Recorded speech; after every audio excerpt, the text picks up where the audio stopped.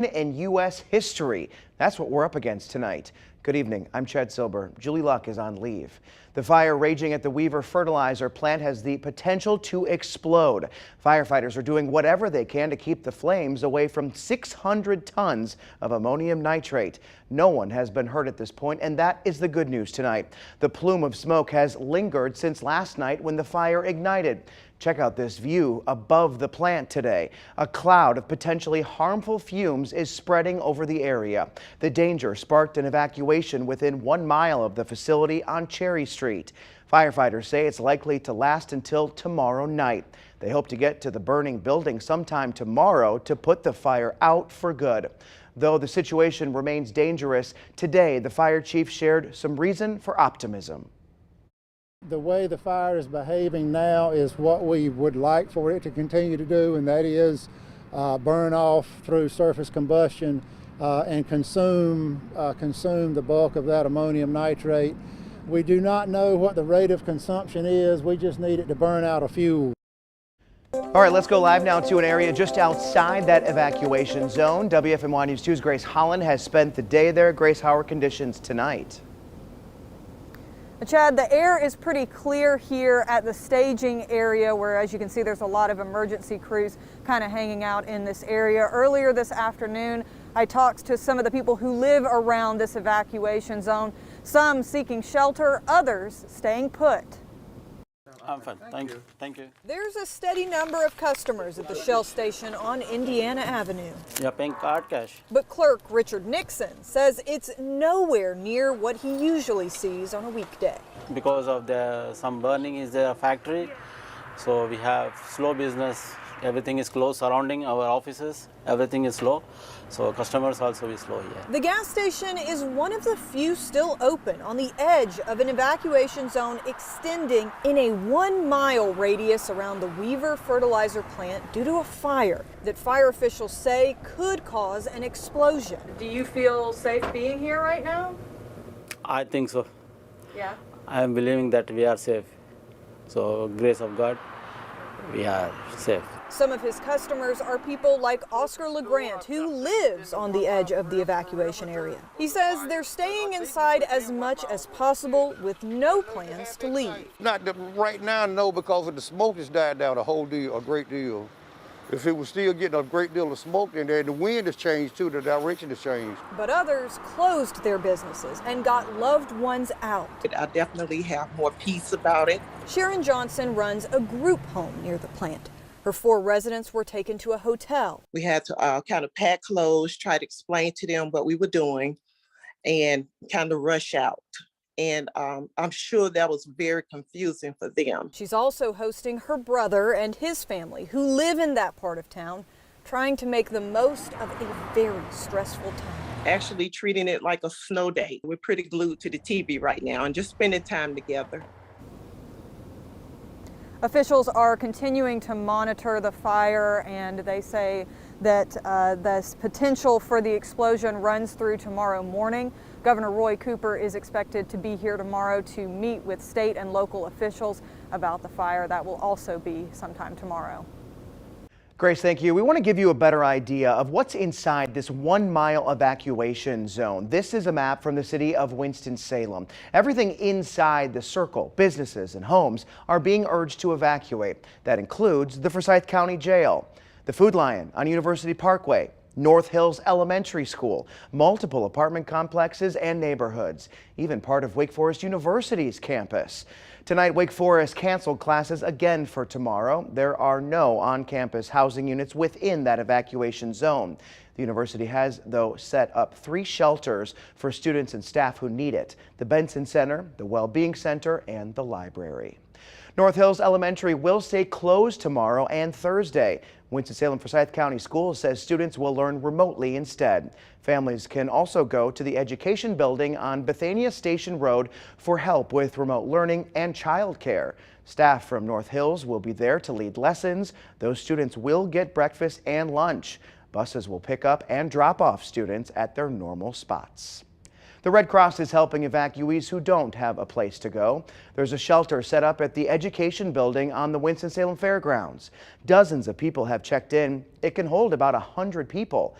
Some showed up early this morning. The first couple we had come in actually had came here because they went to the police to ask where they could go. They heard the explosions outside their house.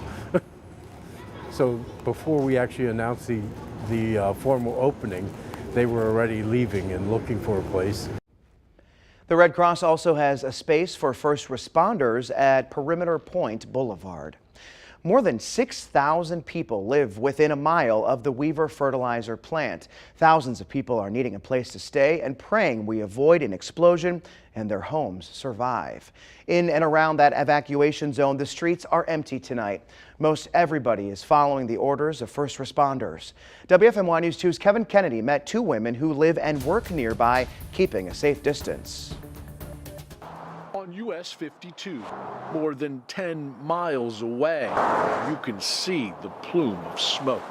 Up close, you can taste it. The fertilizer plant's still burning. It's bringing the smoke closer because this wasn't like this yesterday. Erica Watkins lives inside the 1 mile evacuation zone, the fire right next door. That smoke right there and that smoke right there, this is literally our backyard. Erica, one of thousands evacuated. A knock on the door came at 2 this morning. Before I could get to the door, I heard over this loudspeaker, please evacuate. Erica and her 2 kids leaving, but staying away from your home isn't easy. Coming back to check on your house to make sure it's safe, and the area is still not safe to be in. There is a concern for more explosions.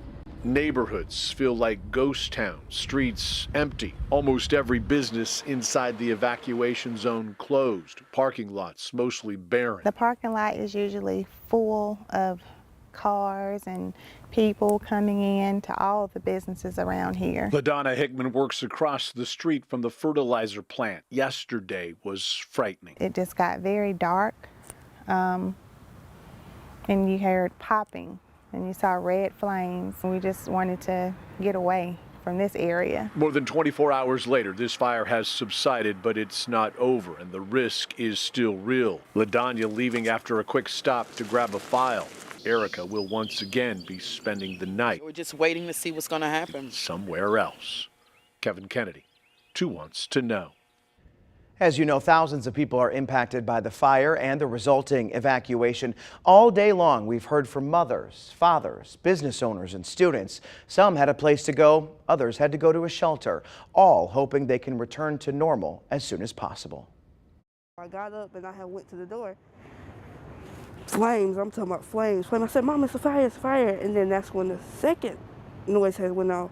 I didn't know what to do. I was running around the house like, okay, I got clothes on, but like, what else do I need? I don't think any of my neighbors knew until well after we should have already been evacuated. I don't want the building to be impacted, but it's affecting my business. But, you know, we're trying to do our best to handle the situation. It's a minute by minute process. I told my husband first. I called him and I was like, it's a fire, you know, behind the job. And I think you need to call Barry and let him know what's going on. So when we got home, I showed him the video. He was like, oh my God. Been a long-standing relationship, and it's with a lot of different people that have worked there. We will make it, but hopefully we'll still be able to do business with them. Weaver Fertilizer has operated out of its Winston-Salem facility for 80 years. Owners first set up shop in 1940, so it was built well before many state fire codes were created. 36 people work there. A company spokesman says they're all safe tonight, and they want to be sure people living nearby are safe too. The biggest challenge we have ahead right now is keeping them safe and worrying about their jobs. We're going to continue to take care of them. We will continue to work with the community and the people who have been displaced. That's our number one goal, is to take those who have been displaced and get them back in their homes as fast as possible. Weaver is one of 500 North Carolina plants licensed by the Department of Agriculture to make fertilizer. Its products are sold in most major garden stores. The Winston-Salem fire chief says Weaver's facility was last inspected in December. No problems were found then. The State Department of Environmental Quality says the company wasn't even on radar until last night. The only problems we found came from 2014. A workplace safety issue filed with OSHA. A worker was on the roof doing repairs when he fell. Weaver was fined about $9,000. The Environmental Protection Agency is at the site tonight. The fumes and smoke are creating poor air quality nearby. People in the area are encouraged to wear a mask to block out those fumes. People with breathing issues like asthma or COPD are especially at risk. A Wake Forest pulmonology professor told us they should stay inside and monitor their symptoms. 2 warning signs are shortness of breath and wheezing.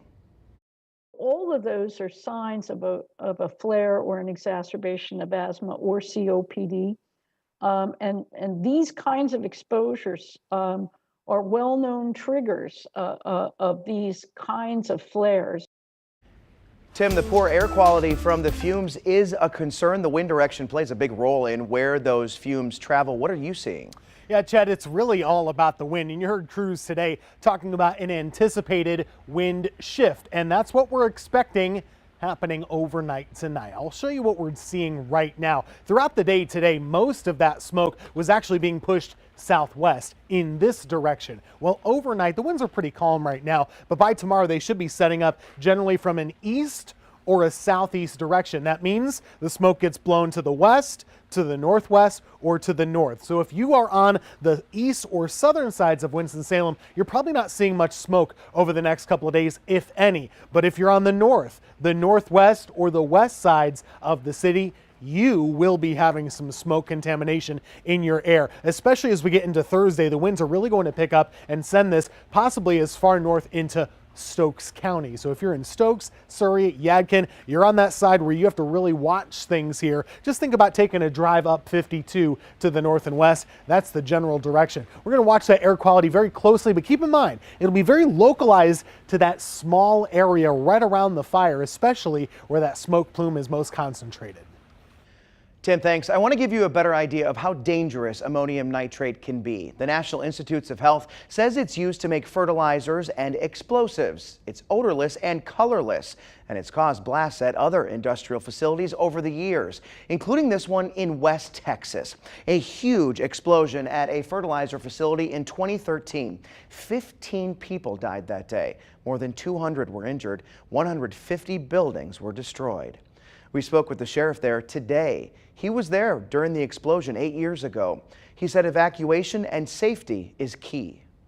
The fertilizer plant is not worth losing one life. Get those people out. Let this thing burn itself out. If we had done that here, 15 people would be alive. The devastation is just tremendous.